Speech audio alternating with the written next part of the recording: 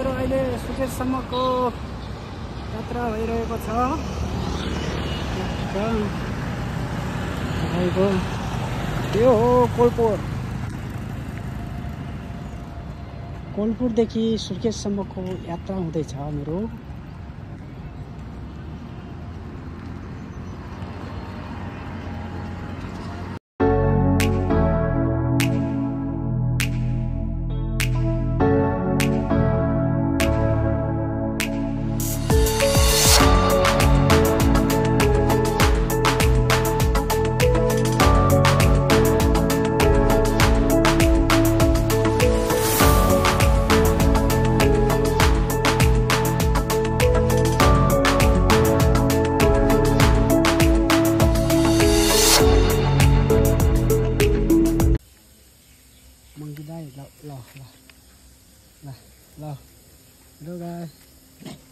Monkey क्यों देख रहा है तू?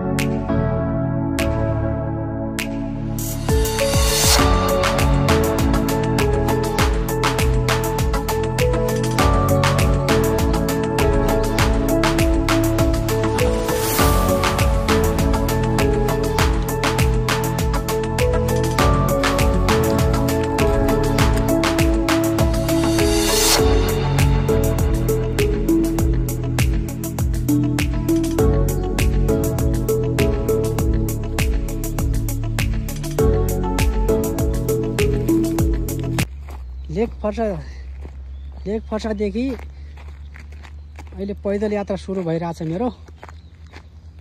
मेरो समथिङ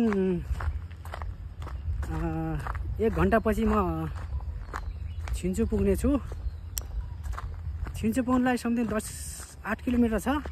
8 किलोमिटर छ। यहाँ लगभग 1.5 घन्टा जति लाग्छ। यहाँदेखि म पैदल हिँडिरहेको छु अटो नपाएर। अब 1 किलोमिटर हिँडेपछि बल्ल गाडी पाइन्छ।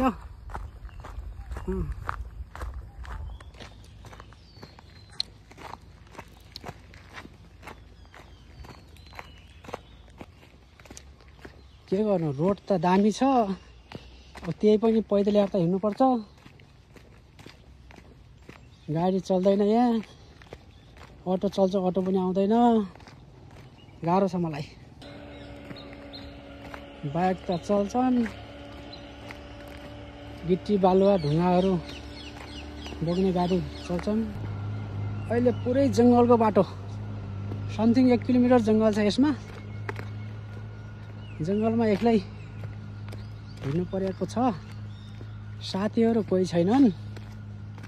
एक्लै जङ्गलमा साँझ हुन लाग्यो। सूर्य पनि अस्ताउन लागे।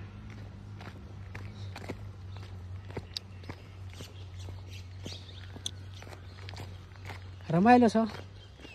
हावा सिरसिर हावा चलिरहेछ। गर्मी मौसममा शीतल भइरहेछ। अब समथिङ अटो भइदिए 10 मिनट बाटो हो।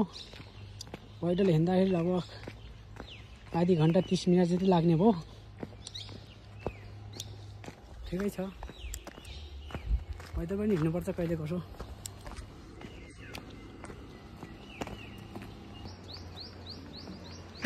फेरि लेक फर्सा र रामघाटको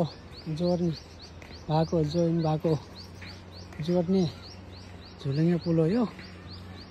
पुरै भेरी हो, भेरी नदी। यहाँ हाइड्रो पावरको लागि यहाँ भेरी बबई हाइड्रो पावर बन्दैछ। यसको लागि निर्माण यहाँ भइरहेछ। लगभग 80% निर्माण भइसकेको छ। थोरै बाँकी छ। यसमा माछा पनि राम्रो पाइन्छ। यो नदीमा माछा, मिठो माछा हुन्छ यसमा। यो समथिङ 100 मिटर लामो झुलुङ्गे पुल छ यो। मैले अब लगभग फेरि क्रस गरि नै सकिरहेको छु।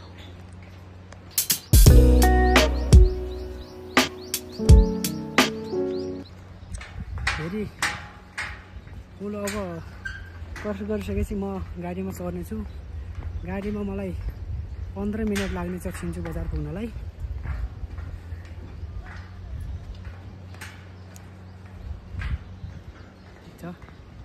साँझ पनि पर्न लागिसक्यो।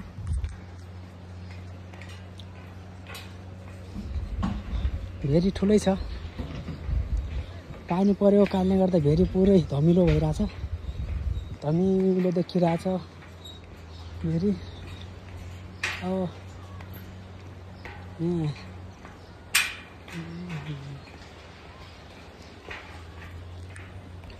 इन्डिङ लगभग सिद्धिन लाग्यो भेरी पुल।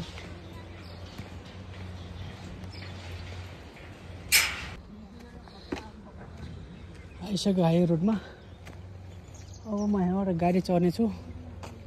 अटो आएपछि गाडीको पर्खाइमा हाई रोडमा आएँ म। अहिले म रेस्ट गरिरहेको छु यहाँ ट्याक्क।